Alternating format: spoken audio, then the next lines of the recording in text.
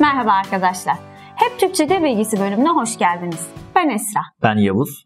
Bugün size Türkçedeki amaç cümlelerinden bahsedeceğiz. Yavuz, bu akşam için bir planın var mı? Evet, küçük bir planım var.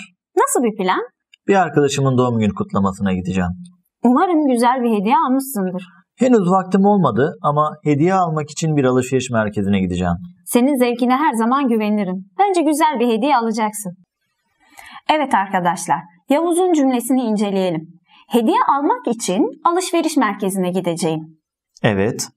Yani alışveriş merkezine gideceksin ama neden? Amacın ne? Arkadaşına güzel bir hediye almak değil mi? Çok doğru. Bu yüzden amaç cümlesindeki fiilin sonuna mak isim fiil ekini ve için edatını getiriyoruz. Burada dikkat etmemiz gereken nokta ise amaç ve sonuç cümlesindeki kişinin aynı olmasıdır. Hediyeyi ben alacağım ve alışveriş merkezine ben gideceğim. Yani hediye almak için alışveriş merkezine gideceğim.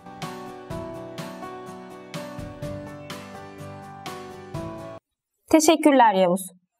Arkadaşlar, amaç cümlelerinde mak için formunu her zaman kullanabiliriz. Mesela Türkçe öğrenmek için hep Türkçeyi takip ediyorum. Bence buna güzel bir örnek. Evet, güzel bir örnek ama bir sorun var. Geçmişteki amaçlarımız için de bu yapıyı kullanabilir miyiz? Tabii ki kullanabiliriz. Babam 10 yıl önce ticaret yapmak için sık sık yurt dışına gidiyordu cümlesinde babamın geçmişte ticaret yapmak amacıyla yurt dışına gitmesinden bahsediyorum. Hatta gelecekteki bir amaç için bile bu yapıyı kullanabiliyoruz biliyor musun? Buna istersen sen bir örnek ver. Tamam. Önümüzdeki hafta ailemi ziyaret etmek için dün patronumdan 2 gün izin aldım. Amacım önümüzdeki hafta ailemi ziyaret etmek. Patronumdan izni ise dün aldım. Mak için formundan sonra sıra mak üzere formunda. Bu formu da aynı mak için formu gibi amaç cümlelerinde kullanıyoruz. Amaç cümlesinin sonundaki fiile mak isim fiil eki ve üzere edatını getiriyoruz. Yani mak için yerine mak üzere formunu kullanıyoruz. Ama mak için ve mak üzere arasında küçük bir fark var. Mak için formunu bütün amaç cümlelerinde kullanabiliyoruz. İlk olarak senin cümleni inceleyelim.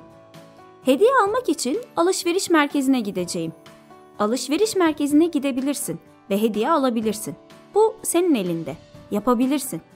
Bu cümleyi hediye almak üzere alışveriş merkezine gideceğim şeklinde de kurabiliriz. Eğer amacı gerçekleştirmek tamamen bizim elimizde değilse, tamamen bunu kontrol edemiyorsak sadece mak için formunu kullanabiliriz. Mak üzere formunu kullanamayız. Örneğin, iyileşmek için her gün ilaç içiyorum veya sınavı kazanmak için çok çalışıyorum cümlelerinde amacı gerçekleştirmek tamamen bizim kontrolümüzde değil. Bunun için mak üzere formunu kullanamıyoruz. Yani mak üzere formunu amaç tamamen bizim elimizdeyse kullanabiliriz.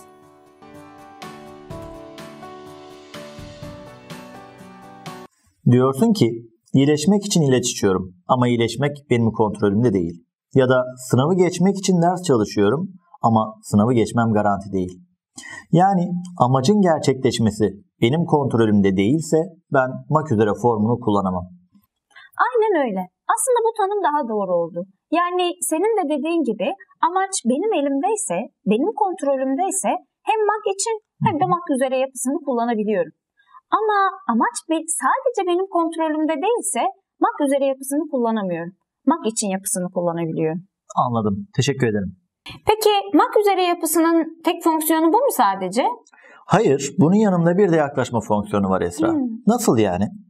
Mesela otobüs gelmek üzere dediğim zaman otobüsün gelmesine çok az bir süre kaldığından bahsediyorum. Ya da ders bitmek üzere dediğim zaman dersin bitmesine yaklaşık 3-5 dakika bir zaman kalmış. Bundan bahsediyorum. Peki film başlamak üzere dediğimiz zaman? Yani kapılar kapanmış, 5-10 dakika içerisinde film başlayacak. Peki bir kadın var ağlamak üzere? O kadın çok üzülmüş ve biraz sonra ağlayacak. Anladım. Arkadaşlar, mak için ve mak üzere yapılarında Eğer farklı özneler varsa dil bilgisi formumuz da elbette değişiyor. Biz buraya kadar size eğer öznelerimiz aynı olursa nasıl kullanacağımızı gösterdik. Ama bazı durumlarda farklı özneler de aynı cümle içerisinde olabiliyor. Peki bu durumda ne yapıyoruz? Örneğin, arkadaşımın çok işi var. Bunun için ona yardım ediyorum. Ben, arkadaşımın işini bitirmesi için arkadaşıma yardım ediyorum. Böyle cümlelerde amaç cümlesinin fiiline ma isim fiil eki ve iyilik eki ile beraber için edatını getiriyoruz. Peki Esra, o zaman bu yapıda için edatı yerine üzere edatını da kullanabilir miyiz? Kesinlikle hayır Yavuzcuğum, kullanamıyoruz. Peki, teşekkür ederim. Arkadaşlar, umarım Türkçe'de amaç cümleleri nasıl kurduğumuzu anlamışsınızdır. Hadi örneklerimize bakalım.